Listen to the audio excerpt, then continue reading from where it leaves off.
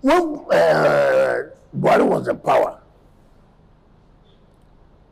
there was nothing the government then did not do for PDP to scatter. There was nothing.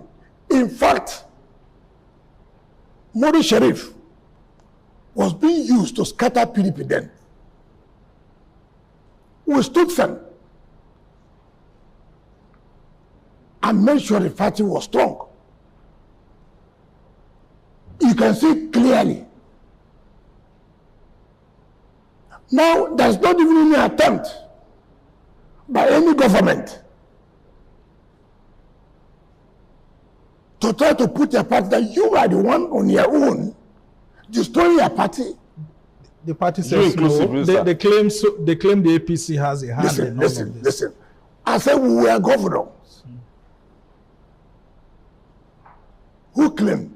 Who is pursuing who? I had a major threat as a governor.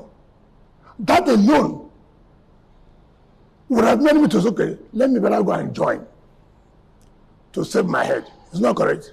Yes. I never. How was it? That was just what I wanted to. There was no governor that was fought the way the government fought me at that time.